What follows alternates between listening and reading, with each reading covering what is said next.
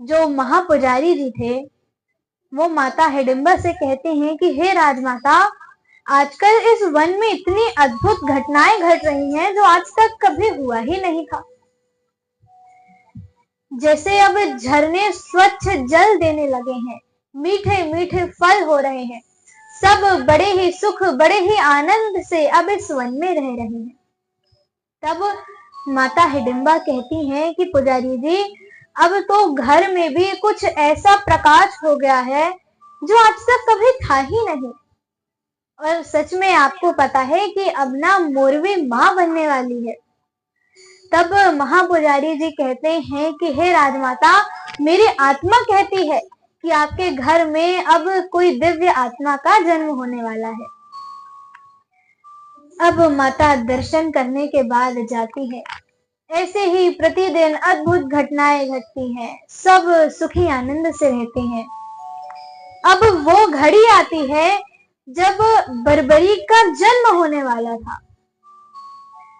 माता मोरवी खटिया पे लेटी हुई थी, विश्राम कर रही थी।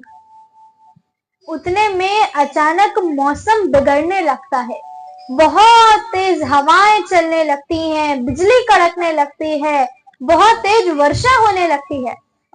उतने में माता हिडिंबा बाहर आकर देखती है कि आखिर ये अचानक कैसे मौसम ऐसा हो गया। उतने में आसमान से एक दिव्य ज्योति आती है और आकर माता के गर्भ में विराजमान हो जाती है।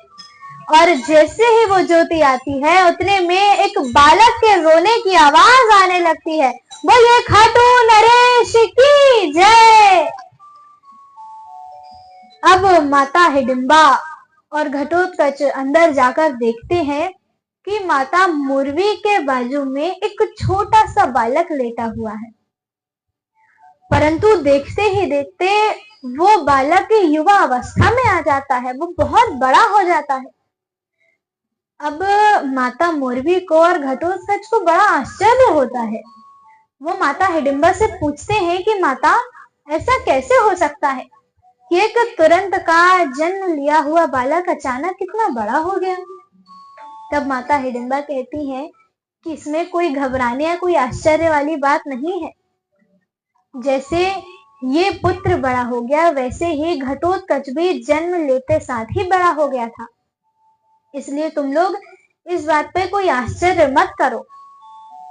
तब वो पुत्र हाथ जोड़कर कहते हैं कि माता, मैं बड़ा ही सौभाग्यशाली हूँ जो मुझे आप जैसी माता मिली। आप